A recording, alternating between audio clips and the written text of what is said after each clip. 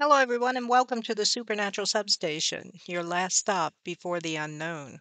I'm your host, Ellen Pistanio, and my co host, Bernadine Richardson, will be joining me shortly with tonight's guest, Karen Dahlman. Karen is an author, paranormal researcher, spirit communicator, and licensed counselor. She also serves as an officer and director of the Talking Board Historical Society. Born with the gifts of clairvoyance, clairaudience, and clairsentience, Karen communicates with sentient beings in the unseen dimensions and uses these gifts with her clients, providing spiritual readings. Through her presentations and her books, Karen helps others to discover and unlock their greatest selves, including their extrasensory perceptions and how to engage these within the world. Karen's mission is pushing the boundaries of consciousness, and her message is to assist humanity in awaking to its greatest potential. As a leading and noted Ouija practitioner, Karen has used the Ouija board since 1973 with astounding results. In her work, Karen shares the positive side to the Ouija board as a tool for exploring consciousness. Karen holds a master's degree in archetypal art therapy from the University of New Mexico and is experienced in hypnosis, past life regression, channeling, and spiritual readings. She is the talk show host of Creative Visions TV and has been featured on Gaia TV, Coast to Coast AM, Fade to Black, as well as in documentaries and numerous media programs. Karen is also the author of The Spirit of Creativity, Embodying Your Soul's Passion, The Spirits of Ouija, 4 Decades of Communication, The Spirit of Alchemy, Secret Teachings of the Sacred Reunion, and her latest release, When Cats Had Wings. We can't wait to talk to Karen tonight, and we hope you'll stay and join us in the Supernatural Substation. We'll be right back after this quick break.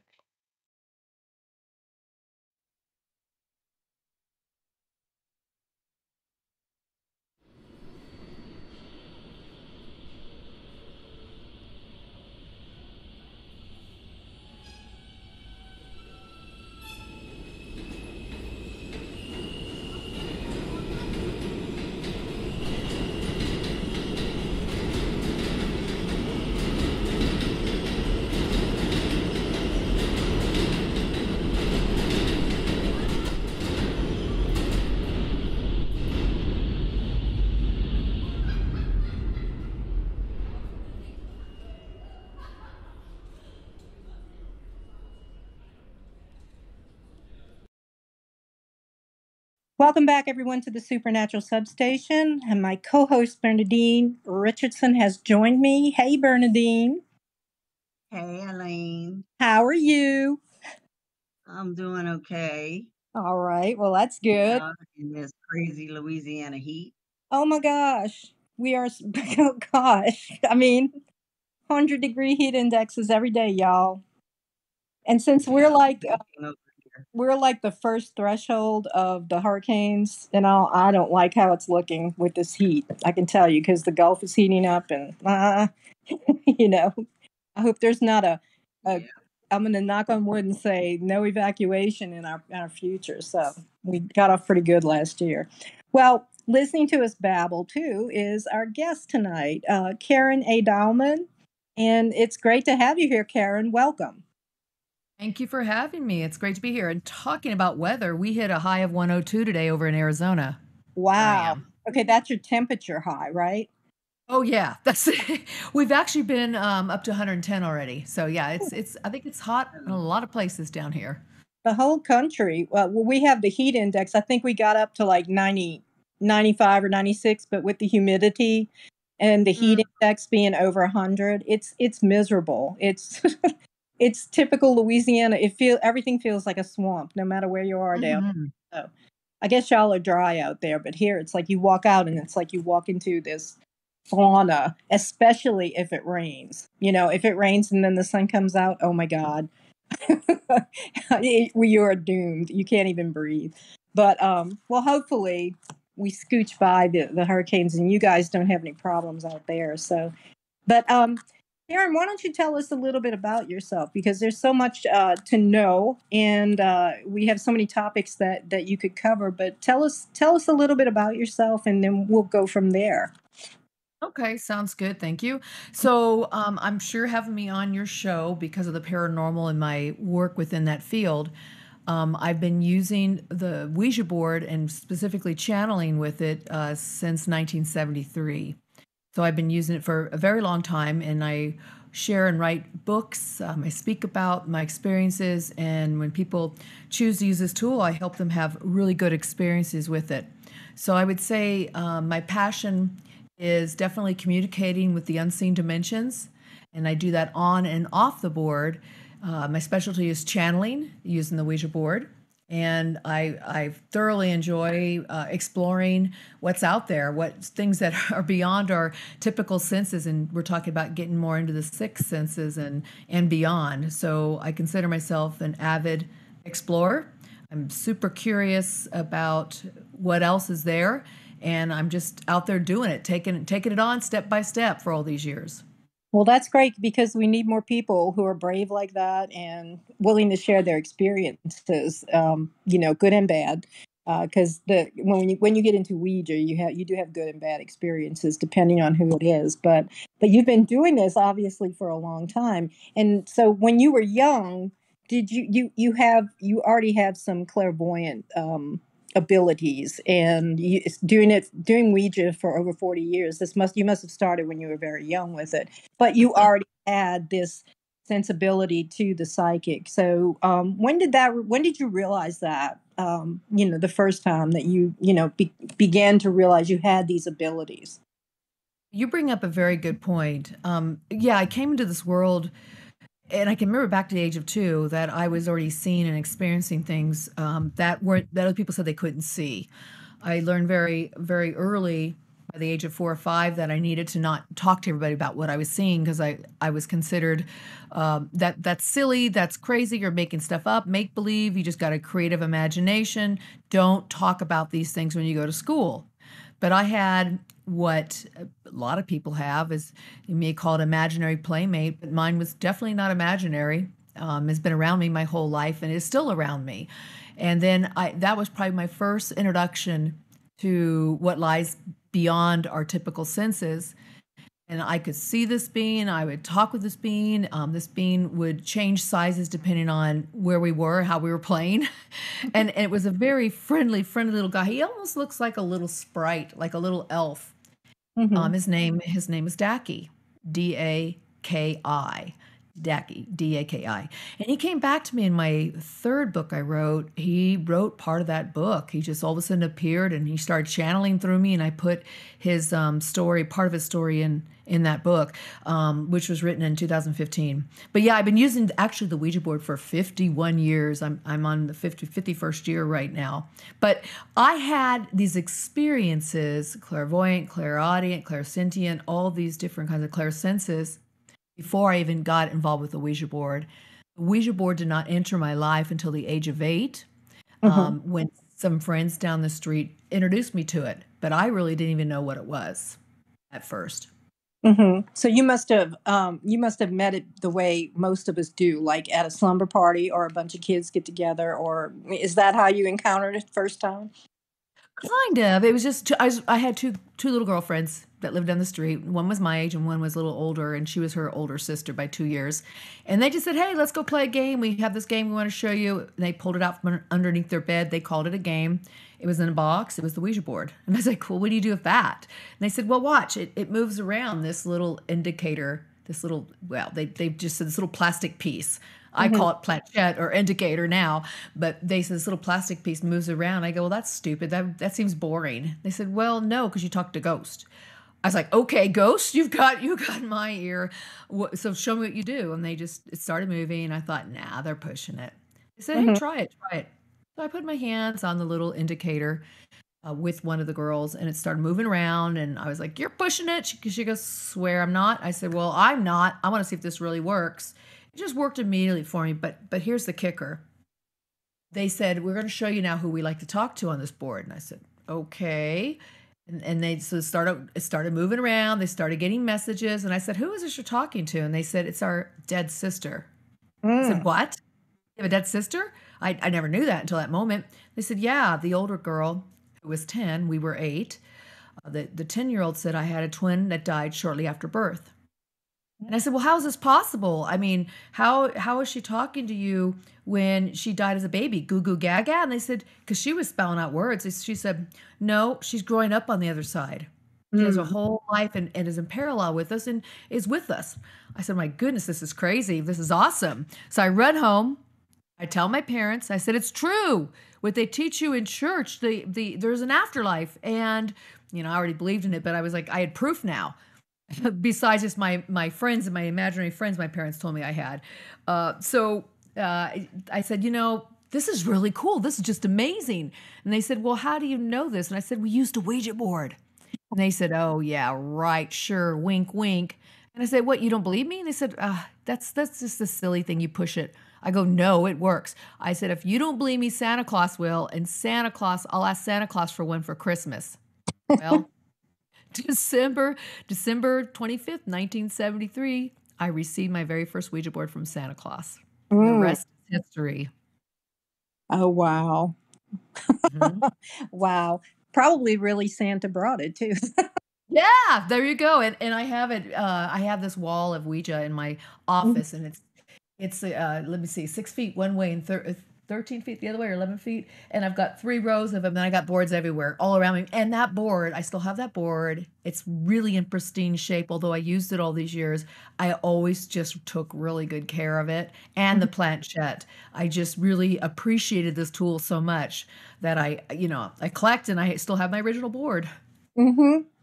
Now you're talking about the girls and the one girl with the dead twin and what Mhm. she said, which you obviously know, but what she said about the spirit of her sister or her sister on the other side growing along with her has Mhm. it kind of like got independent validation even in other forms of research where they that is basically what people believe about our spirits on the other side, that if you die as a child, you grow along, they basically grow along with their siblings and they're about the same age if the siblings are sensitive enough to see them. So that's your first indicator that she was really having, contact. Because I mean, what I mean is she couldn't pull that out of the sky and just say, oh, that's what she had to have been told that. And Oh that's a yeah. pretty valid point. So that board was really working for them. Yeah, it worked really well for them, and I sat down. It worked immediately for me. Well, I think the 3 of us were just so open, just so open. That's the key, being so open to, not blocking it. And sometimes when you are young and you start using this tool at a young age, you tend to be more open anyway. Plus, I was so open to just the experiences that I was already having outside of the board. I mean, there's a lot more experiences I had with different beings that would come visit me. We're talking light beings or angelic beings, guardians. These are all I've since named them since I was a child, but they would come and they were very loving beings that sometimes were giant lights or they were physical forms I could see. But I was having all these experiences, so I was just open and not sharing that with a lot of people at that time because I learned early on, don't talk about this. But once these gals showed me the Ouija board, they were open to talking about a lot of experiences. And so we had some really lively discussions about this stuff when we were kids. It was Hmm. pretty cool. Hmm.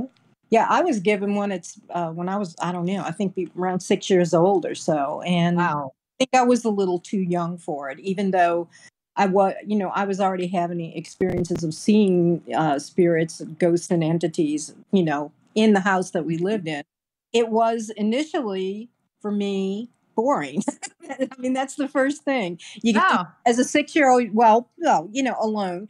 6 years old, sitting there, and you have to be still, and you have to wait, and you're like, when are they going to show up? And all. So it didn't really strike me as something that I wanted to play with. So I just kind of put it aside. There were other games and things that I guess were more interesting, and then I mean, it stayed with me. It was just a little too young. And my cousin would come over, and we'd sit there. Neither of us could sit still either. So we're like, this is boring.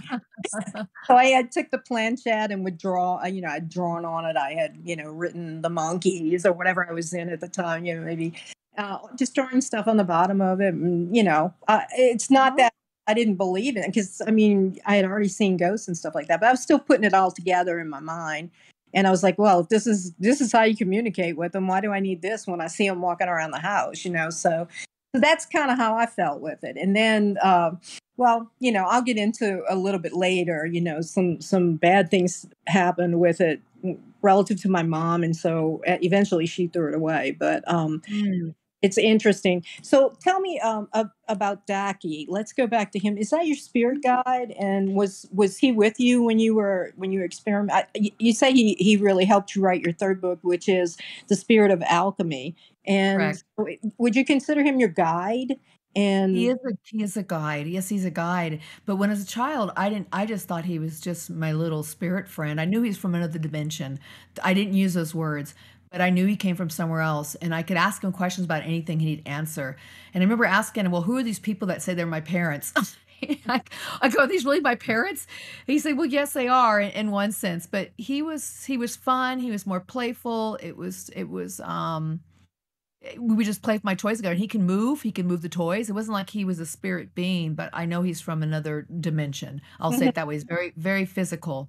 mhm, So when I was talking about Daki to my mother and my father and my brothers, my mom said, you really got to stop this when you go to school. Kids are going to make fun of you. And so I said, oh, I won't tell anybody about Daki. And I said, Daki, I can't talk about you anymore. I got to let you go. And mhm, so what I did is I told Dak, you've got to go away. And I thought he left me. And this my whole life, the rest up to the age of I don't know what year was that, 2000, whatever, how old I was in 2015 when I wrote that other book. Well, I wrote it for a couple of years. I had no idea he was still around me. And in the book, he tells me what had happened. I had told him to leave, but he said, I just went into the back spaces and I was going to be, the back burner for you when it was time for me to come forward again. But he's like like I call him a sprite because he has this very playful like attitude, and he likes to speak also in poems, pretty mm, deep poems, and that's how he speaks to me now. And he says, "Yeah," he goes, I thought you'd think I was gone, but I never really left." And it's super cute how he showed back up, and so he doesn't take a forefront. I have other guides that do now, but he was definitely my first guide and probably one of my most important ones because he was the one that helped me be able to hear and see in the other dimensions. mhm. Okay.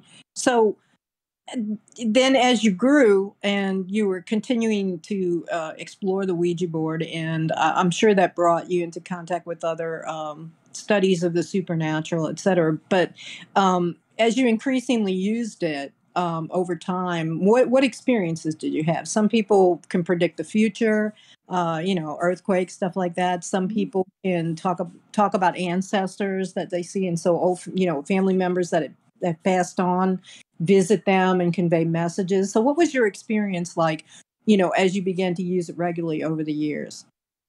It was shifting and changing over the years. In the beginning, it was more like, let's talk to a ghost. What ghost is here? We use the word ghost, not spirit. Let's talk to a ghost. And so I would have the slumber parties, and it was more like, oh, something's here to, it was almost like titillating and exciting and to scare ourselves in a way. It was never negative. I wouldn't go there with it. I was always just like, oh, this will be fun. We can talk to a ghost and we can ask them questions about the afterlife. And that's kind of where it went. But Mhm, then from there, I started. I talk about the whole Odyssey in my second book, The Spirits of Ouija, how this whole type of communication transitioned for me, and it's really fascinating when I look back on it now. But it started more like the ghost, and then as I got a little older, I started asking questions like, "Well, who's so and so going to marry? What's his name?" And we started getting information. I know, right? So we're in high school, and I'm starting to get information like that, and some of the stuff's coming true. I have some people I didn't stay in contact with, but the ones that I did, they're saying, yeah, I was told I'd marry this guy. His name started with a K, and sure enough, he did. There was things like that. I wasn't so into using it to predict the future or anything like that, where I know people can, and sometimes I get things that come through. I was really into exploring the afterlife and the other dimensions. So then I started getting into spirit guides and spirit helpers and helping beings that felt like they needed some help or a message they had to give. And then I got into past lives, and then I got into after college, after graduate school, I decided to start talking to my own greater self, my higher self. And when Mm-hmm. I made that transition from spirits and ghosts and the afterlife and past lives and got into talking to my greater self, my higher self, a very Carl Jung kind of term, what happened was we made this connection with this, I would call it my soul self, and with my friends that were doing it, we were in our early 20s. It opened up the whole range of communication to other spectrums and other dimensions big time. Then Mm-hmm. after we made that connection, we started bringing in the angels, extraterrestrials, the guardians, high level spirit guides, source energy. We just kept going one step to the next step to the next step. Animal communication. It just went off the charts in a matter of about 4 or 5 years. So the years were 89 through 93 where we were doing the higher self. And then after that, it just took off. And I met a group of beings that I call the guides. And I've been speaking to them ever since. So the first beings, pretty much most of the beings that come through are the group of the guides. They're a collective group of source energy. But when people want messages, or I do open message circles sometimes, or other people come to the group. What happens is then if they need to bring somebody else in, they will. But they're my go-to group now. It's a huge collective. I'm still meeting many of them that are in there in that group, and they are truly light beings. They've never been born in a body. Every single one of them have never been born in a body. They're just an extension of source, and it's the rate of frequency that separates us. They say such beautiful, profound things that encouraged me to write that third book, The Spirit of Alchemy, to really talk about the kind of messages and the things, synchronistic events that were beginning to happen, and how I was seeing life so differently, and therefore experiencing life so differently by making those connections. And it really had nothing to do with the Ouija board, although that was my way I channeled. I now do all this work off the board as well. I still love the board. I still use it because it's just a wonderful tool for me. But I can make the same connection with the guides and bring forth messages and do readings using them. Well, I should say using them. They come through me and I speak what I'm hearing from them. So we have this really cool relationship. And we've worked together before in other lifetimes and other, eons. We've been together for a long time. But it took for me to really raise my frequency and vibration to a comprehension level of understanding that I can actually tap into source. And once I was able to start doing that through my higher self was the gateway. That was the connection of plugging myself in to this vast universal energy. That's when they were able to come through. It was so what I do is when I speak about this, I can't help but be very spiritual because that's where it took me. And if I help people see it as a spiritual way of accessing information, then it changes the whole dynamic of people's experiences typically. Okay, you're using some terms that we've heard before, but just for the benefit of people who may not understand what it is. So your higher self or your soul self, and then source. Could you talk a little bit more about those things? Like does everyone has a soul self? I assume, or we all do we? And then source. When you say source, what does that mean to you? Right. These are great questions. Thank you. So the higher self is really more of a term that's Jungian. Carl Jung started with this word, and I was a Jungian psychotherapist. That was my background, was in Jungian training. So I was very much into the archetypes. So basically, the higher self is that part of us that exists beyond our corporeal physical body. It's that part of ourself that exists forever, and it's like our aura, it goes out beyond. But once you tap into it, you're actually tapping into your soul self. So you can equate it with the soul and call it the soul, but I tend to like to say higher self or greater self because it's beyond just my ego self. It's beyond just who I am as Karen Dahlman. I'm actually so much more, and it's my core essence, which again exudes beyond the body. It's our spark that hooks us back to God, hooks us back to all that is. So source is equated to all that is. Some people use the word God, some people use the word goddess, some people use the word universe or all that is. I prefer to use just the word source, capital S. When I'm talking about capital S, I'm talking about that creative spark, that creative energy, the matrix of all that is, and that we are all connected to. So we come down here in our physical bodies, and I say down here, out here, in here, in the third dimension, we're still connected through that spark, that light that's connected back to this, all that is energy, the source energy, capital S again. And we can tap into it through the pathways I said earlier of our higher self, which is our greater self, our soul self. We all have souls. We all have Right. souls, and that's a theory, but that's what we all believe. And that's what I should say, that's what a lot of traditions teach. Even animals, even trees, and a lot of the native cultures understood this. That even anything alive, breathing, that had a consciousness, and we can't judge it against our consciousness, but they have an awareness. Even to the insects, there's a connection back to source. There's their soul. So the animals, the trees, everything that's alive and breathing and in their own way and functioning, is connected to source and has a soul. So Right. this gets into this whole, I mean, that's what I'm saying. There's so many doors that starts opening up and so many rabbit holes.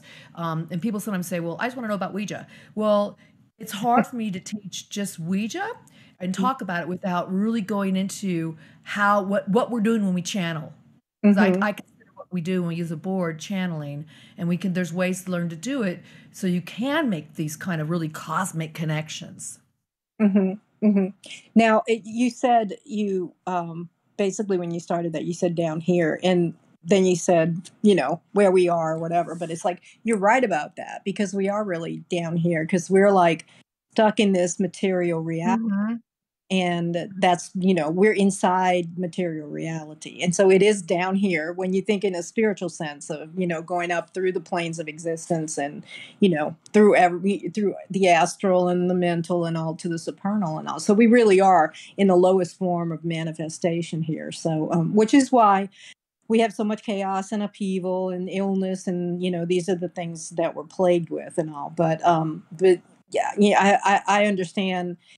The way that I look at, we're physical. That remains here, and it will decay and go away. And we have a soul, which we do not own, in a sense that it was given us. It's almost like the breath of the life that's in us. But what survives as a ghost, when people see ghosts, like if the question is, what's a ghost? Well, it's the spirit personality. It's the personality of the person that has passed, or the personality of the entity that you're interacting with. That's the way I've looked at it. Like, it's your spiritual self, and it's the essence of you. And a lot of people say that, in death, when people die and they go on to, whatever it is, their version of heaven or the next plane or whatever it is, that we're restored to our most vital self. So a lot of people say that, you reach, when you're in your prime, you're basically restored to that in the afterlife, so you get all of that energy and everything back. Does that kind of jive with some of the stuff that you're saying? Oh yeah, absolutely. Yeah. And it's where we are right now is you're right. It's a very heavy, because it's materialistic, and I don't mean that in a negative way. I just mean that we're in the matter. We're in Right. matter, like you Right. said, and we are made up of matter, and our soul is so much larger. We're like pushing it into this little body, and the thing is, it's the energy so far beyond. And once we start opening up to that, we start realizing it's like we really are connected to everybody. And I find when I can do this channeling and reading, I'm actually opening up myself to that frequency, matching it, and that's how I'm bringing it back through and able to communicate what I'm receiving, whether it's from the guides or from animals or from plants or just from the spirit realm or other Yeah. dimensions. Mm-hmm. Yeah. Yeah, I mean, you can see it just by looking at nature. And some people say, "Oh, hippy dippy stuff," but no, it's serious. You can experience it, vicariously, just by looking at ants or looking at a bug in your plant. I mean, and knowing that there is a source, there is that supernal that is aware of everything all at once, everywhere, all at once, and you're just looking at the ant, and I mean, I'm to the point in my life where I don't even want to kill. I don't even want to I kill. know. Right, that's crawling on my, my plants. Now a roach, too bad. They're just gonna. That's it. A roach and a mosquito, no way. Even flies lately, and I don't know if this is just comes from getting older, but it's like if I can get them and get them outside when they come in, and save them from the cats or the dogs. It's like, yeah, I mean, I don't know. I guess it's, you acquire this respect for life. The closer you get to death, maybe as you're getting That older, might be it. like I That might be it. that might That's be it. funny. Yeah, I hope whoever I meet on the other side respects me and doesn't swat me with a fly swatter. So that's beginning to come into play, when you get over the hill and you're going, whoa, I'm looking down the other side. But so we're talking about a lot of things that scare people and a lot of things that people experience negatively when they begin to encounter or experiment with any of what you've talked about, either channeling or meditation or content connecting to their higher self. There's a current of fear with that, but especially with Ouija, because there are negative experiences. There are many negative experiences that have been had, and so first I want to ask you: have you had any negative experiences? And I know you've heard of them. And what did you do, if you did, or if you heard of some, to basically restore your, I don't want to say faith in it, but I guess faith is the word, to restore your, its integrity to you? Like, did you ever doubt it because of an experience you had or an experience that you were, peripheral to? Yeah, so that's an interesting question because I have always had just really good experiences. However, I'll say this because it wasn't bad, but it wasn't, I would say I didn't like the way the language was going. So one time my brother and I sat down. One of my brothers is really good at using this tool with me when he was young and even to this day. So we were sitting down. I was in college and he was still in high school. I'd come back from college and we started using the board and we were getting all kinds of really cool stuff. And all of a sudden this energy came through and said, a lot of explicitives, and I'm not going to say them, but blah, blah, blah, who do you think you are? Blah, blah, blah, blah, blah. And just went on. And I said, for maybe a sentence, and I said, what? And my brother said, what's that? And I said, well, we're not going to have that. I took the board, and this is when I developed ceremoniously wiping the board off. I took it, rubbed my sleeve across it, and said, be gone. I was done. Put the board back down. And the next thing you know, we met a new spirit guide named Wilma Jean, who was with me for the next 15 years. And she said, wow, I'm glad you did that because that allowed me to come through and talk to you. That doesn't need to come through ever again. I said, absolutely not.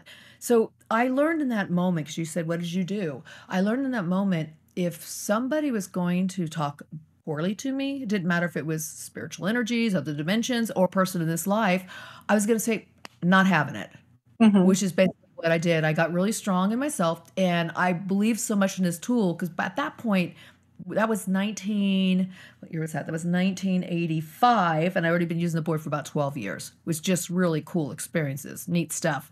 So I said, I'm just not going to deal with that. I just made that decision right in that moment. It was not going to ruin my fun. And my brother's like, that was pretty cool. I go, yeah, here we are. Now we got Wilma Jean. And, and then I spoke to her for about 15 years and interesting story with her too. So yeah, so people reach out to me and I do hear a lot of their stories and yeah, people have experiences on all kinds of levels with, as you said, all kinds of things when they start working in the other dimensions. So when I ask people when they say, well, something came through, it said this, then I said this, and then it said this, and I said this, and this. I go, why did you not stop it right away? Why'd you keep interacting? I find that's one of the things that people do that I think could stop it quicker, as I learned to do. Another thing is I think a lot of people want to use it in a very jokingly jovial manner, messing around, maybe mixing spirits, like drinking spirits with ghost spirits. I always say, yeah, for me, that's, I try to keep my energy at a certain level when I'm doing this work. And that might be my training as a therapist and training in doing meditation and hypnosis and all these other things I trained along the way doing. I think all of that just kind of built up this foundation for me that I was able to use, with this tool and everything. Just, I can look back in my life. And again, I talk about this in the book, The Spirits of Ouija, all these things that kind of were like perfectly aligned to allow me to have good experiences. And so when something like the one thing that I had that I didn't like, I just said, done. So I find if we can first of all, if people want to use this tool, I'm not here to advocate everybody go use a Ouija board, because I can sure teach you how to be in touch with the source and your higher self without a board. So Mhm. that's where I work a lot of times now with clients. But if people want to use the board and they're just curious and they have a pretty good attitude, maybe neutral, they're going to have better responses and Mhm. better experiences. And I think it's really important too, your partner, if you're going to use a partner, which I've always used a partner until 39 years after using the tool, I realized I could do it by myself. But I prefer using a partner. I just like that energy. But I find people really should look at who they're working the tool with too, because those other energies will also influence the session. So I say you really got to pick your partner well. You got to, pick your own thoughts, your own whatever you harbor within when you use this tool, and do some, techniques for yourself to work yourself and build yourself up spiritually, whatever that means to the person. Some Mhm. people like to dance or meditate before they use a tool, or light candles, and I can just get right on, but I also like to say an invocation. I also like to do a breathing exercise.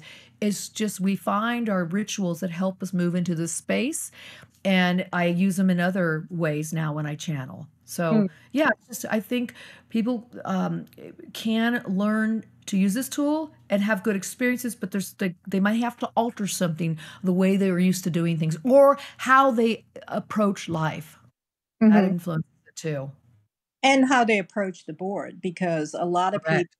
uh, uh, I think you could say the vast majority of people, when they sit down to a Ouija board, they've heard all about the Ouija board. There's already established this whole, basically, mythos about things that have happened, and they basically bring that all with them. Like, oh, Mhm. Ouija board, it's scary, it's this and that, and it's ghosts or it's deadly or whatever they've heard, but they're still going to sit down and do it. Right. Right, I mean, and usually that's the careless young, but it's not always. It's adult people who get enthralled by the thing, basically, as they would be, I guess, obsessed. They have obsessive behavior about anything else, But one, Bernadine and I were talking before we came on about Rosemary Ellen Gilly, and Mhm. you knew Rosemary because Oh, I we were good friends. yeah, yeah. And she was in particular involved with the Zozo demon, which came Mhm. through the Ouija board. So, and I was going to pitch it to Dean because I know she had some questions about that and some questions. So, come on in here, Dean, and let's talk about Zozo and Darren Wayne Evans and his experience with that. Because I believe that Rosemary felt very strongly that he had contacted a demon through the board. So, Dean, come on in with your questions.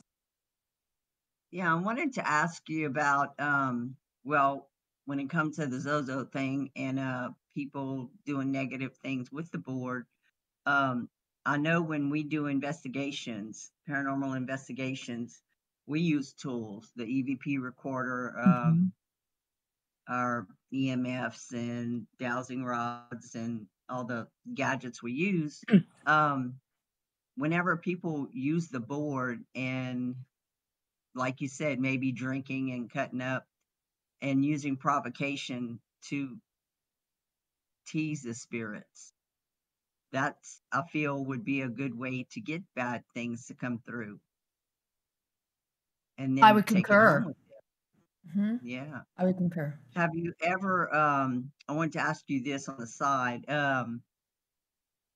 when you're using the board to do spirit communication, have you ever used the EVP recorder to see if you'd get the voices coming through from the board? Interesting. So I had a group of people who had created this tool. There was a board on top. It was actually an old piano bench. But underneath of it, they had all these recording devices that were somehow don't ask me. I'm not the electronic person. They called it new school Ouija, and I was old school Ouija, but it was like electronic Ouija, and they had it all hooked up, and they wanted me to use their board. So they came over. I had one of my board partners who was really good at using the tool with me. We sat down, and we started getting messages right away with the guides. She used to work with me with the guides as well, and we said, well, we asked them, could you speak? And they said, well, that's interesting because we're light beings. We don't have voices. So when we spoke to the guides, nothing would be recorded.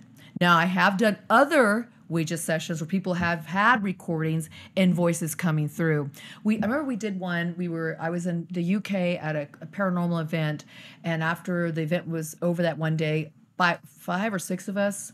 Aaron Sagers was there. He's one of the people in the room. MJ Dixon, Susan Cummins, if you know some of these people, and Dee Dee. There was about 5 of us there, and we started speaking to we were at this, haunted place, and we started talking to one of the beings there, and then my friend's family members started coming through. We started getting all this stuff, but towards the end of it, when this one being came forward, whatever I said, it was repeating it on the EVP. Like it would count numbers when I said something or repeat a word I said. So I've experienced both sides of it, where we have gotten that verification or validation back. And also then when the guides speak, and that's been consistent with the guides. When they come through, there's been no EVPs when we tried to do that. That's interesting. I know. It's crazy. Well, what did you think about the Zozo phenomenon and Darren's story, which is probably one of the most harrowing stories I've heard about and experienced with the Ouija board. But I know you must have formed an opinion about it being so close to Rosemary. So what did you feel about it, generally, the experience? Well, I know Darren Evans. We're friends. And I believe he had experiences. I really do. I believe he had the experiences that he said he had. And Rosemary's very much not discounting anybody on their experiences either. She reached out to me and asked me, and I believe this is in the book. It's been a long time, but she'd asked me my thoughts about it. And I believe what happens is we can constellate energies to us. And what I mean by that, we can constellate thought forms like tulpas. We can constellate all kinds of beings that form. And, it doesn't necessarily have to be bad. It can be positive too. And because our frequencies match in that vibration, we pull it forward. And so I really see it more like we bring to us some matching vibrations of what we may be going through in our life. I always tell people, I said, if you're not feeling up for it, you're feeling depressed, or you just had a rotten day, that's not the time to be channeling. That's not the time to be pulling out a board. That's not the time to be messing these realms until you feel like you get to a neutral place or a happy place or a better place. And so I feel like there's some experiences that, I've been going on in Darren's life. We've had some conversations about this, but I won't speak for him. But just that, it'll draw energies to us. It'll draw energies to it. Call it what you want, but it could be very negative. Or on the flip side, it could be very positive. It just really depends. I guess it's like I was saying a little earlier, you bring all this baggage to it, and some of it's unknown to you. Right? You have this preconception. Most people do who know about the board, and they have a preconception about it. They're going to get scared, or nothing's going to happen, or and a lot of people, nothing happened. I never went back to really using it. I did sit in on some sessions when I was the curious teenager, and other. We did all kind of things back, because I grew up in the 70s, and it never really was something that I wanted to use. I'll tell you the experience that I had. I told you that my mother had given it to me. My parents, my mom, had given it to me as a toy, and I had a lot of toys that they were just all, it just was not an interesting thing for a 6-year-old. Now, maybe if I'd have returned to it in a few years, but I didn't return to it because we were moving I'm from New Orleans, and we were moving from closer to in the city to a new suburb that was about, I guess really it's about 8 miles from where we lived, but it seemed further, I guess, in those days, because it was a whole new subdivision. We had built, my dad and mom had built the house, from the ground up, from the lot. I mean, so there was no previous owners. We were the first owners. And in the house we lived in, which was a shotgun in New Orleans, there were ghosts. And I had always, I watched Dark Shadows. I was looking at things with, Edgar Allan Poe and stuff when I was little. I'm just, I've always been very supernatural. And so my mom had an interest in it too. But a lot of the things that went on in that house, I didn't find out until later because I was too young. But the day we moved, we were getting all the stuff out of the house, and that Ouija board, like I say, I drew all over the planchette. I drew on the box. It wasn't disrespectful. It was just boring to me. So my mom decided to throw it away. She put it in the trash, and I saw her do it. And she stuck it into the trash, box and all, the whole thing, and locked up that house. And we left. And we followed the movers over to the new house, and nobody had the key. My dad had the key. Nobody was in it, and nobody had gotten there before us. And we opened the door, and this was exciting. New house, new carpet, suburban house. You've got a new 3-bedroom house, and it's wow. And you're running all over like a little kid and doing carpet angels and stuff like. So it was very exciting for me. I sound like a complete idiot right now, but it was fun. And I ran, and you open all the doors. I was looking in the closets and all, and there was a closet in the hall. And people look at me like I'm crazy when I tell the story. And people have even made fun of me, but this is true.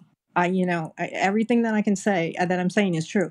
I opened a closet door, and the board, just the board, not the box, the board and the planchette, which I knew were mine from all the scribblings, were both in that closet.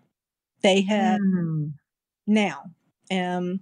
My mom had bad experiences, I guess, with the supernatural, but my mama was with us, and I was standing there looking in the closet, and she comes walking up the hall because she's looking around to see how everything is, and she looked at it, and it was the look on her face because she knew the thing was in the trash because she was right there. She, let's stick it in the trash, and she was helping get the trash and everything, and she wouldn't let me touch it, and she grabbed it and took it into the kitchen. And she went and found my mom, and my mom turned around and she looked at it, and it was the color left her face. She was, and then she got mad because my mom was this little Italian woman. She was Sicilian, and then she got mad. And she's like, God damn it. She grabs it and she's like, who brought this? Did you bring? She looked at me, and I'm like, I know, did somebody take this out of the trash? She went out and she was bothering my dad and asked him, did you take this out of the trash? And she was really angry about it. And she put it on the lawn, and she put her foot and she broke the board. And they had like a dumpster that they were still taking away, building materials and trash and stuff. She threw that thing in the air like a Frisbee, and it went into the thing, into the dumpster, and that was it. She was mad, but they were scared. There was something, and I was old enough to pick it up, that they were like, how did this happen? Who did this? How did this happen? And now my mama still lived on the street we moved away from. So when they brought her home, the trash hadn't come. She went and looked in the trash, right? The box was there. The board and the planchette gone because it had gone to. Wow. So that was my experience. And I think it was experiencing their fear that kind of set the tone for avoidance as I grew up. And then on top of it, over the years, hearing everyone tell me, not everyone, but hearing people telling me and sharing really bad experiences that they've had. Everything from becoming, obsessed with it, from possession, from spirits coming through the board. And, it may be so that, like what you said, when negative things come, they should just stop. But a lot of people don't.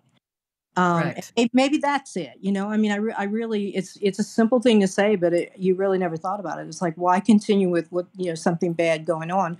But I think it's the human's curiosity and their. What about, Eileen, what about children that have Ouija boards in the house that have drama and trauma in the home? Oh, yeah. Dean's had cases where, the haunting, the actual activity has been centered around the use of that board.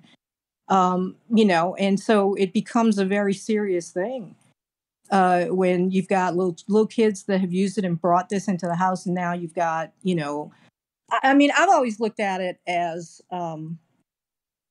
when I think about it, Karen, it's like when I think about it from underneath the board. I look at it and from I'll picture yourself in a dark place under the board. And you see the numbers and you see, everything on it. And patterns are important. And usually maybe not you, I don't know if this has been your experience, but usually when you see anyone use the board, it kind of warms up like, there's always this movement on its own before it begins where you can actually interact with it. And, a theory of mine, this may be far-fetched and everybody may laugh at me again, is that that the board's opening itself up, that it's opening, basically it's picking its own lock, or it's opening itself up, either in a spiritual way or in a very literal way, depending on how you want to look at it. And then it's ready to communicate, and it does this every time. And, letters and numbers have meanings that go beyond. Letters and numbers go into all dimensions, and their combinations, and they all have meaning. And so it's kind of a theory of mine. Maybe it's true, maybe not. You probably won't agree with it, but it can open itself up. And the problem that I have is that most people are not you. They're not sensible like you about it, and they're not having, they're not seeking what you're seeking, the experiences and the higher purpose of it. And so I guess this is just me not using protection.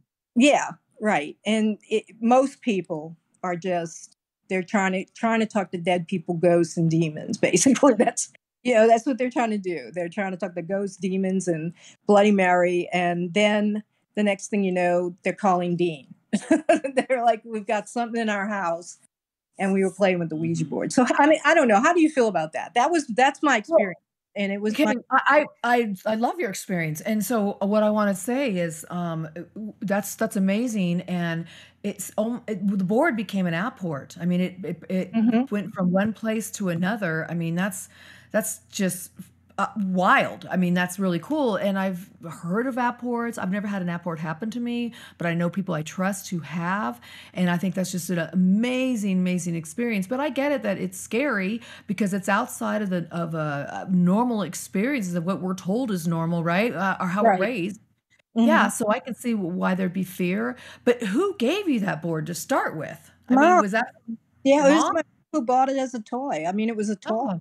Department. Now, I will say this about my mom. My mom was very interested in the supernatural. Yeah, she has to be.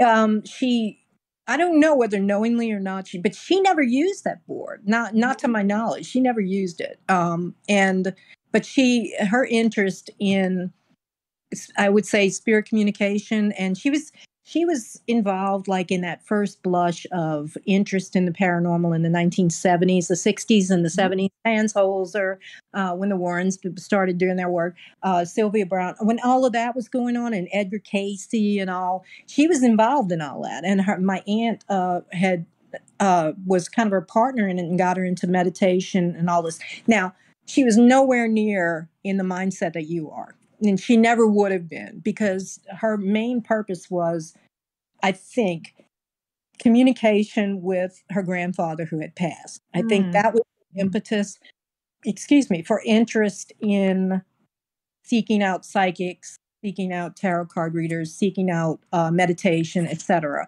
And so she got along this path into sort of new agey, and that early we say early, but I mean, paranormal's been studied for decades before that, but it really blew up around. That was that first blow up, and she was involved in it. And so, everybody had, I mean, a lot of people have Ouija boards, not all my cousins in them, but she just bought it. It's a toy. And she was one of those people. She may have known that, you could do things with it, but I think it was just like, I want my kid to have every toy that there is, and I want to stick them all in this one room with her. And that's what happened, and I was like, what is this? Somebody putting it, it was not an interesting thing to me, which was good, I guess. But the thing is, something was active in that board. And so thinking back, it may be that she did use it when we weren't around, but something had to have been either latent and just waiting, or, something was active in it, because that shotgun house was haunted. A man had died there. An old man had died there, and he had a very bad reputation as an unpleasant person, and they never knew him, but they heard.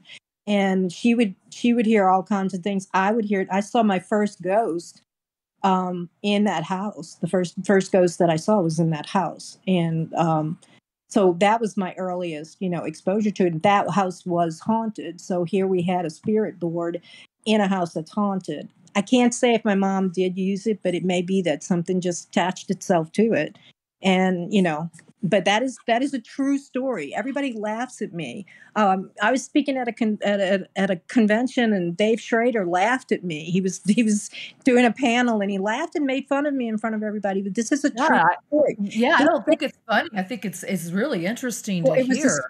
The thing that ever happened to me up to that point in my life, and seeing my mother and grandmother reacting to it the way I did, it went into my mind as a negative attached, negativity became attached to this thing. And I knew, even in my own, childish way, or being a child, that thing shouldn't be in the house. And immediately afterward, that house became haunted too. And that house, and then as my mom got further into experiencing, with experimenting with all the new agey kind of stuff and all, then, that started to play a part, because you're not, she wasn't an expert. She's not like you. She wasn't, schooled in it and didn't have all this, this life's experiment. She was, I guess, ignorantly experimenting with stuff. And she was and then I had, she had my aunt telling her, yeah, you got to do this. And she would sit on the floor in yoga and do mantras. And I'd come home from school and like, this is my mom. She was a typical New Orleans woman, I'm like, what are you doing? I'd go in her bedroom and she's like, shh, don't, don't bother me. And to me, 10, 11 years old by this time, I'm like, what are you doing sitting on the floor in your room in the dark? Why is the house so quiet? What are you doing? So that was me and her then, but she was experimenting with things, and she finally has a really bad scare, which this program's not about her tonight, but had a really bad scare and scared her off of it for good. So, that kind of imprints on you like Ouija bad, it's like, of course. But as I got older and began to look into it myself, and primarily to try and understand what my mother had been doing and my aunt had been doing, I started to look into it and study the occult. And I began to understand the nature of the board. So I didn't, it's like, I'm not afraid of it. I just choose not to use it because I've had negative experiences, and I know too many people that have had negative experiences. It's just not worth it, to me, to bring that into my life. But that's totally different than you. I'm not going to sit down and have the experience you have with it. Probably I'll still have no experience. It may just be the same thing. It won't work for me, but I just rather avoid it, and try and help people through trying to understand more about it, which this is helping greatly, talking to you, by the way. But, that I guess that's, it has a stigma. And so how do you feel about that? I'm sorry, my dog barked. How do you go? I heard it. She's a Doberman. She was right by the phone too. How would you say you could rehabilitate in the public, like in the zeitgeist, the reputation of the board? The Talking Board Historical Society, and everybody in that group collects boards. I only have about 85 boards. All of them have hundreds. Robert Murch has over 1,000. And these boards are in their homes, and none of them have had any kind of supernatural experience or negativity. They don't. And they don't use them like I do. They use them their own way, but that's their thing, is collecting. And so I see both sides of the spectrum. I hear your story and other people's stories, and people tell me their stories a lot because, I'm talking about the Ouija board and they want to share what they've gone through, and I want to hear. Where these gentlemen, all of them to them, it's just a beautiful piece of artwork. Each one's very diverse. Even all the different types of William Bolt boards have different features on them, and we collect them to see all these subtle nuances that many people won't notice. We do, and we're passionate about them. So because I think, here we go back to, even the unseen things within ourselves, or the way we feel about things, can influence them. They don't have any kind of experiences. Like, again, nothing paranormal, supernatural, bad, good. It's just neutral for them. Mm-hmm. And again, hundreds. They're all over their homes. I've got all mine in the room I'm sitting in, and nothing ever happens in terms of anything weird. I just sit down and pick up a board and use it, and just right away the guides come through. We have the best time. So but that's one extreme. So we have the spectrum of experiences amongst them, and I'm surrounded by a lot of people who don't have those experiences, like, again, the talking board people, the guys and myself, and then a lot of friends who have used the board with me who are just really excited about it. And I know people like you're telling me these stories, that have a whole different experience. And I think you can have all these experiences. And I also think, so people, okay, let me back up. So people say, you're using the board, how's that channeling? Well, when I'm using the board, it's not the board doing it, it's myself. It's me bringing in the energy. I'm not opposed to the ideomotor effect, which means that maybe your muscle movements are being controlled by your brain on a subconscious level. I'm not opposed to that. I'm not opposed to maybe energies are pushing it or beings are coming through. I'm not opposed to any of those things. I just don't have it all figured out. What I know is if I set myself up with a certain attitude, a certain tone of voice, and a certain air about myself, and my inner feelings, if they're in a certain space, and I breathe and do these things, it's the perfect ingredients create the space for me to bring forth information. And I'm not saying the board's bringing it forth. See, for me, I'm bringing it forth. Take the board away.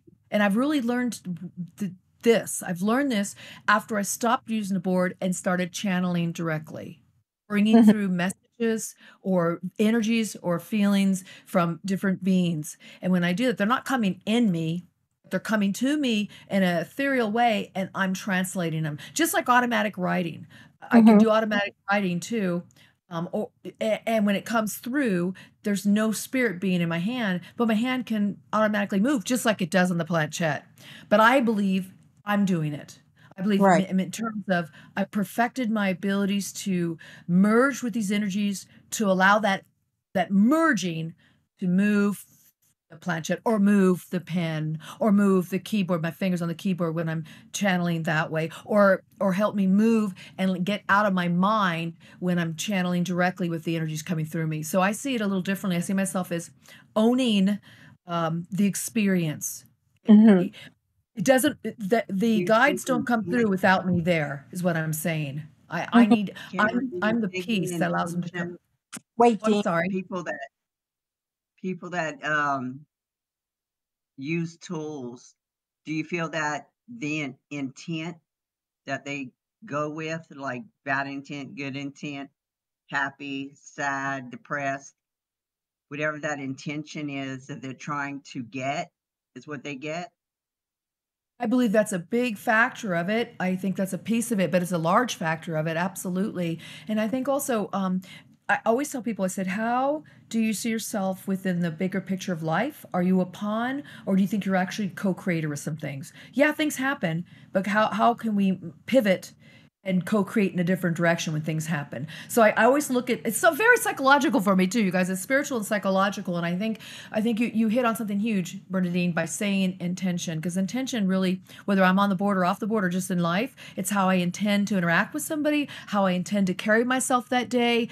Am I interacting with people with a chip on my shoulder, which is going to set them up to feel the negative energy, whether it's unconscious or conscious, and they're aware of it? There's still going to be some vibe there that may not be good for me. Same on the board. Same with the tools. Same with if I do a tarot reading, I have to get into a space. Same if I use oracle cards or if I do the I Ching or ruins. That's an incredible point you brought up, and I think that intention becomes the invocation or the invitation to connect. Yeah, How that's you good. want to connect? Yeah, I was going to ask you, and Bernadine already got to it, how you feel about other forms of divination, because obviously the Ouija board's not the only one, and it's true what you just said. If you're frightened, it feels your fear. If you're, haughty about it and you don't believe, and the best thing is a skeptic, really, to get hold of a pendulum or some dowsing rods or something, then let it go and let's see. But you're right. A lot of people come feeling fear and superstition and uneasiness and everything when they approach any kind. Even if they sit down for their first tarot card reading, they're like, oh, because they feel like they're doing something, it's magical, it's witchy, yeah, and it's a little taboo. It's still, even now, it's still a little taboo for some people to experiment So yeah, intent, I guess, in anything, and obviously that's a big part of working magic, and doing any kind of magical ritual is your intent and preparation for it as well. But I guess it's going to continue to be divided because anytime I see, someone post anything like on Facebook on one of the pages, they'll say blah blah blah Ouija board and all, and you get like 3 million, 3 million people in the comment. It's good, it's bad, it's not, it's this, you're being ridiculous. I mean, so it's very present in people's minds, and they have really strong opinions about it. Which some come from experience, and some they just pick up and say, well, it must be bad because all these people had bad experiences with it. So that must be bad. Like I said, mine was imprinted on me, and it just doesn't work for me. But mine was imprinted a long time ago, and I just rather not. I had enough happen without the Ouija board, though. So I didn't. I was like, I don't think I need that to really be experiencing any of this in this house. But I know we've talked about your books, and you have. Can you tell us what they are? Because you mentioned. There were 3. You published 3 of them in a spirit collection, and I wanted to talk to you a little bit about that, about each of the books in the collection. One of which is the Ouija book and what we've been talking about, and then I know you have a new book which sounds kind of cute, with When Cats Had Wings. I think it's called. Is that it? Right. That's Yeah, right. it sounds sweet. But tell us about the spirit collection. So, I mean.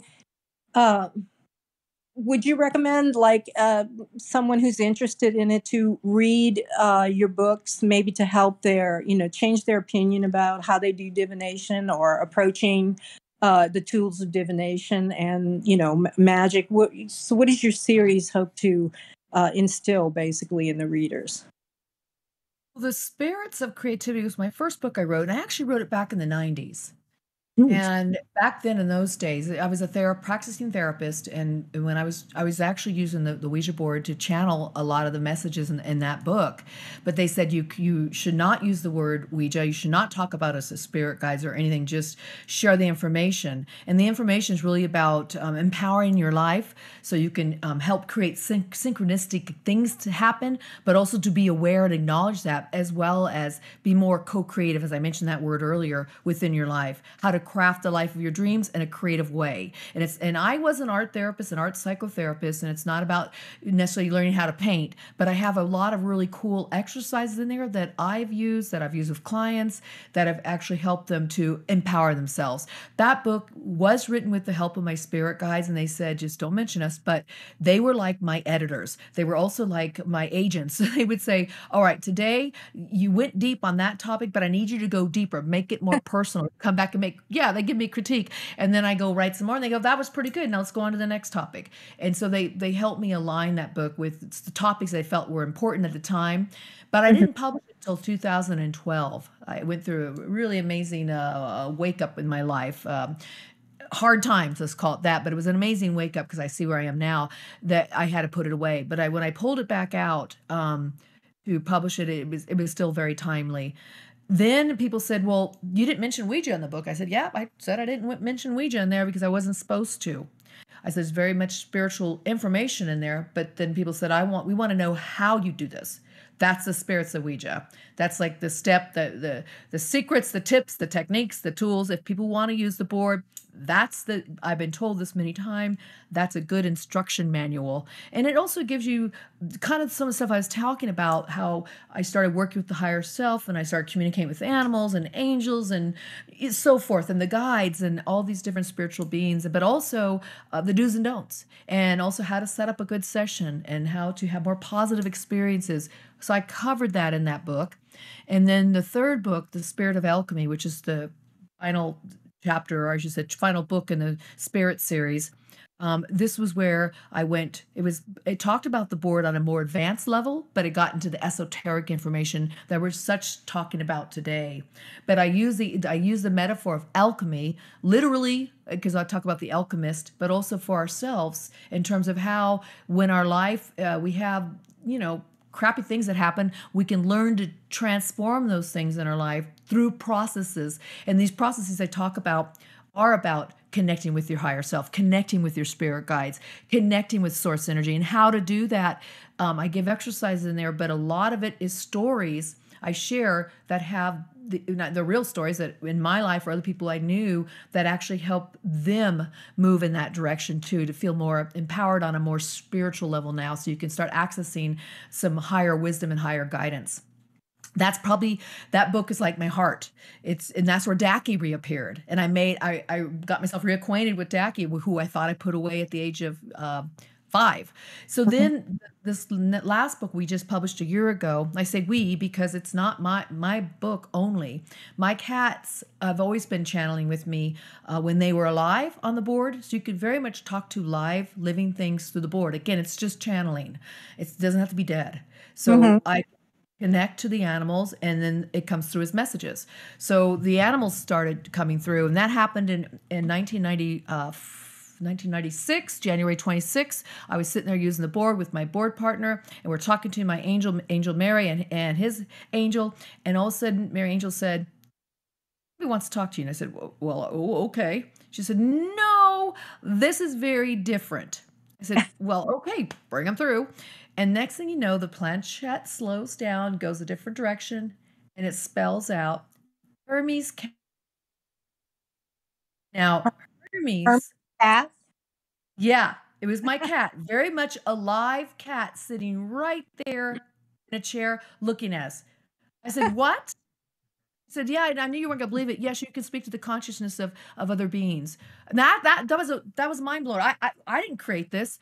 My angel said you should start doing this. And Hermes just wanted you to know that he loves you. I said, "But how does this work?" And I said, "They go meow, meow, and you interpret it." She goes, "Kind of, but we read their sensations, their feelings, their thoughts, we get their images, and we put it together in words.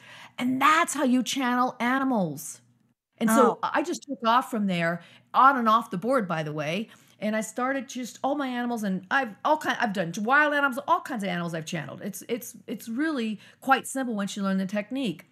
But what happened was, Jack and Panzer, you'll hear about animal communication in that book, The Spirits of Ouija, if you want to learn about that. And it's super cute and funny, and they're hysterical. Animals are just funny. They're almost like a child who'll say anything, but yet they have a sophistication as well. It's really funny. So Jack was one of my cats who was very much abused when I got him. I rescued him from his home, but the reality is the animals really rescue us. That's a whole nother story. But Jack started channeling with me on the board. He was very much alive. He came to me one day on the board and said, "I want to write a book. I want to be an author."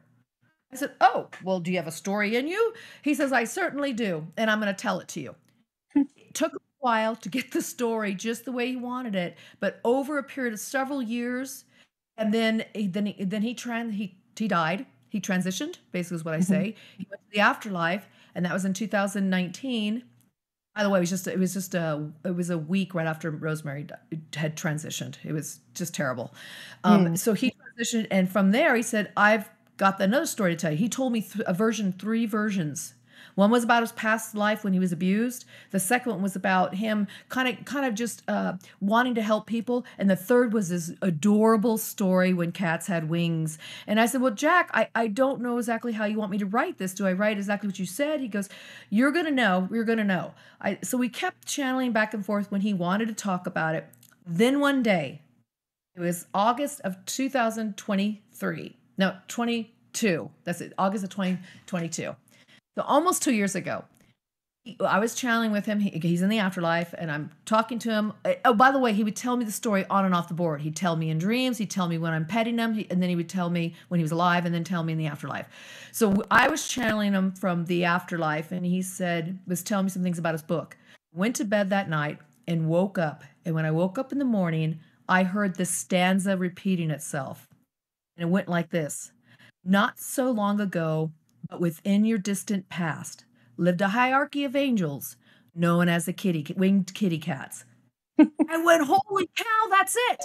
I took out a pen, started writing stuff down, and Jack told me when the time was right, it would just flow through me. So I'm channeling Jack, but through my own thoughts now, and it came out of a dream. It was just really cool how this channeling can work. that poem just flew out of me. And so it's Jack's story, but I put it into this prose, into this poetry kind of way of writing it, and it just came out so lovely. And so I call it it's a children's book, but it's for the young at heart. So it's an adult's book too. And I found the best artist, and he just did an incredible job bringing to life the characters. And so Jack is the one who tells the story because it's his story. But all of my cats that I've had throughout the years make an appearance in there. That's a backstory. A lot of people don't know that. But the best thing about this book, when we finished it, I mean, I finished the poem immediately, but then I had to, set it up and get up editor and all this stuff and publish it and all that. Jack said, I'm helping more people now when I'm in the other realm. You see, there's a lot of work we can do. Mm-hmm. Said, you always believed in me. Even though I was broken in many ways physically, you always saw me as your little angel.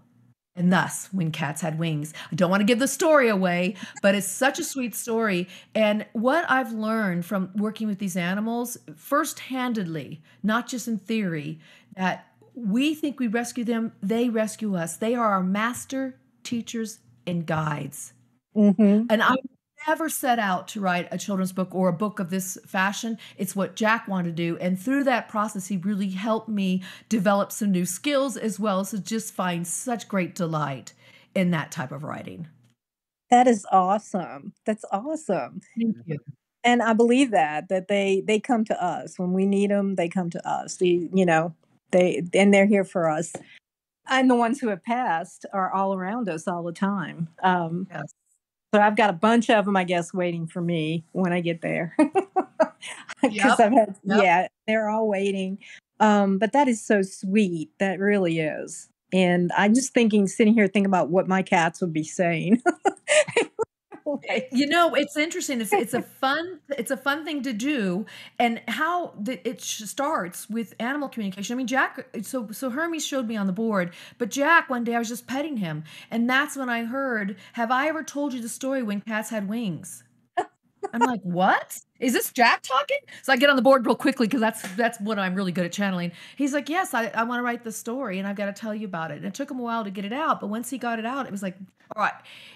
I have to correct that. Once I was able to open to him in the right format, it just flew out of me. Flowed out of me. So it's a matter of the connecting the energy just perfectly for that to happen. And it was an amazing process. And a lot of times I go on shows and I just talk about the back side of the story that's not even in the book, just what I'm sharing with you, just the whole idea of how animal communication happens. But people can sit with their animals right now who are very much alive. Sit there in a quiet space with the animal. Just don't think any thoughts and maybe just touch your animal and pet them. And just allow yourself to feel, to be open. And you'll be surprised that just thoughts that might pop in your mind or pictures or feelings. And it does take practice, but it can come fast like Jack's did, or it could take some time, but you're going to feel something. And then you're going to say, well, I'm making that up. Well, that's how it has to start. You have to get beyond that. And that's even with using the Ouija board. You have to get beyond, I'm pushing it.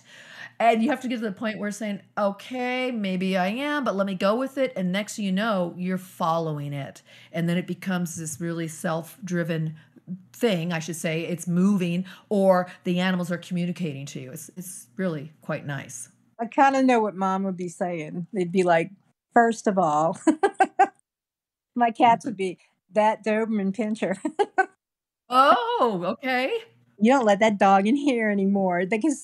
She loves to play with them, but they react to her like over. You can almost tell like they're going over dramatics, But sometimes like they look at her like, oh God, the dog's in the room here again, Oh God, she's chasing me, So I think I would get lectured and put in my place.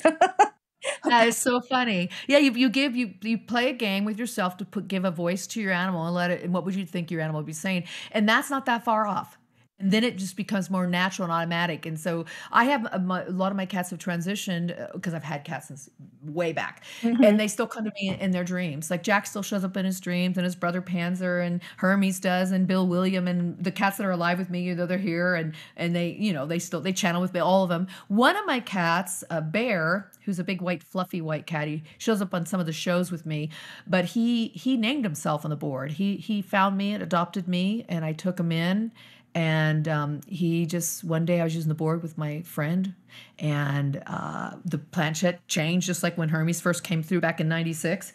And this was just, how many years have I had Bear now? 10 years, so 10 years ago. And all of a sudden the planchette changed, went slower, and it said, I like the name Bear. And my friend looked at me, she goes, and he was sitting right there looking at us very much live. And I said, she goes, I think he wants to be named Bear. And I said, well, so tell me this, white cat. I was calling him White Cat at the time. What did your name used to be? He said, George. I said, okay, got it. Bear's your name. We were so tickled by that. It was so much fun.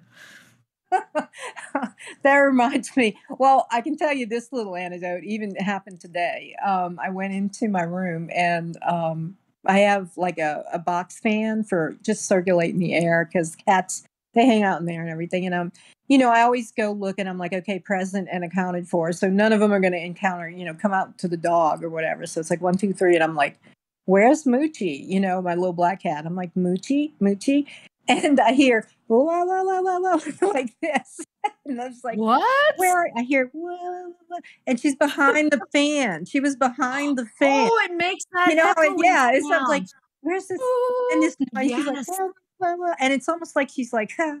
She's looking at me like, it's me. I was like, what is that noise? And then there she was, standing behind the fan looking at me like, I scared you. But it was so hilarious.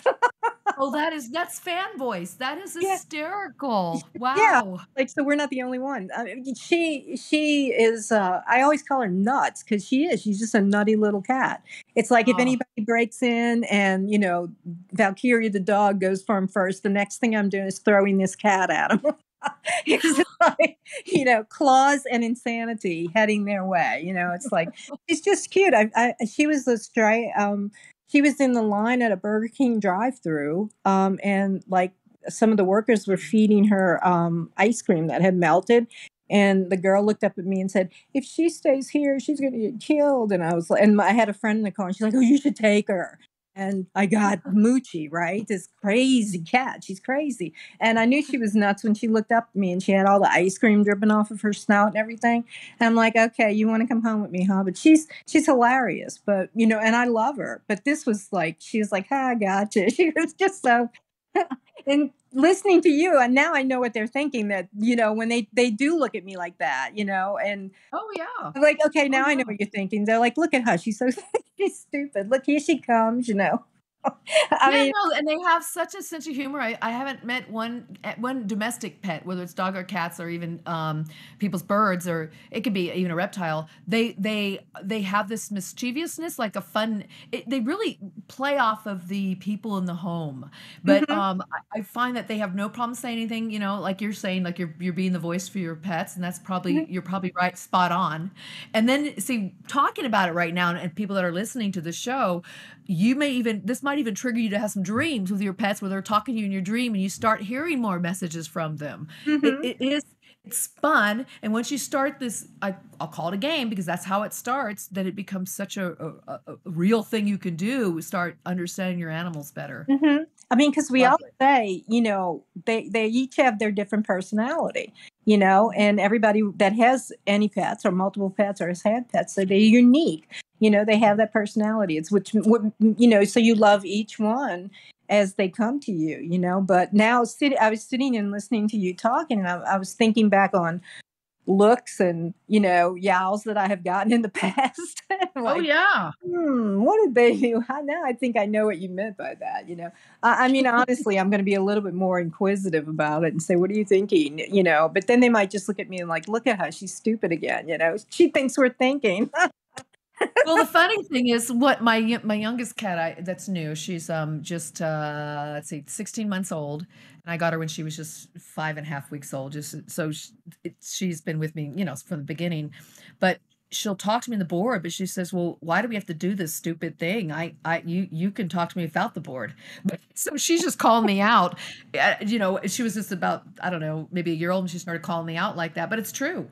We can do this. We could do this. I don't need a board either to have the animals. But for me, I'm just so good channeling that way that it's like that's confirmation for me more than off the board. Although I'm getting much better at hearing the animals off the board. So yeah, Mhm. it's definitely, these are all skills that we can develop, and these skills can be used. And I'm talking about channeling, all these different ways we're talking right now can be used in very fun, beneficial, and explorative ways. But we got to go back to what Bernadine talked about was intentions. Mhm. Mhm. Yeah, Dean. So if I tell you the cats are talking to me and stuff, don't call anybody. I don't need 72 hours in a straitjacket. A welfare check. Yeah, go over there and Yeah. check. No, I mean, I'm just retroactively thinking, and you kind of innately know this with your pets. They kind of, and they do convey, like what they're thinking a lot of times. And you say, different words they understand and everything. I mean, some are smarter than others, but they all have their different personalities. But this is gonna make me pay more attention, and I'm gonna go crazy probably. You Keep might. calling Who me. knows? And It'll my be cat's fun. talking to me now. Yeah. My daughter will put me away. No, I'm just kidding. Yeah, that's hilarious. And one more story I was going to tell you. There was a cat that a friend of mine had, and the strays in the neighborhood. She was a big cat person. We would all like put out a little food for the strays, and she had this one gray cat that kept coming, and she named him Bill. And he would come, and then he would go, and then he would come back, and he would purr and love all over her and everything. And then she said, he's been cut. And she was from Tennessee. He's been coming and gone for 2 weeks. And today he came back and he had a collar on that said Bob. Oh, he wow. was, he was two-timing her with other people going around. So somebody somewhere else put a thing on him and put Bob on it, put the collar on and gave him the name Bob. And she was just like, she said, I feel cheated on. Absolutely. But Bill and Bob, that's not, those names aren't far apart. They both start with a B. That's interesting. So that's how they play us, though, probably. And they're like, "Look, we can go over these 3 houses and get a bunch of food, and then go back over here and all that." But this has been a great conversation. So, if anyone wants to, find your books, get in touch with you, find out more about you, can you just give us all your contact information and tell them where to go? Sure, absolutely. Well, I want to thank you both, Elaine and Uh-huh. Bernadine, for having me on this show. I really appreciate it. Thank you. So yeah, KarenADahlman.com. I'm under Karen A. Dahlman everywhere, social media. The A's in there. There's another Karen Dahlman out there, and she's a psychiatrist where I'm a psychotherapist. So put the A in there and you'll find me, KarenADahlman.com. And then my books, all of them are on Amazon, and also Barnes and Nobles is carrying the hard copy.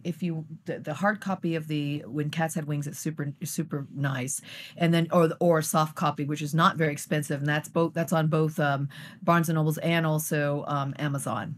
That's so awesome. Really, thank you so much for coming on, Karen. You've like given me a lot more to think about when it comes to approaching the Ouija board. It's good. It's really good to talk to somebody who has had consistently good experiences with it.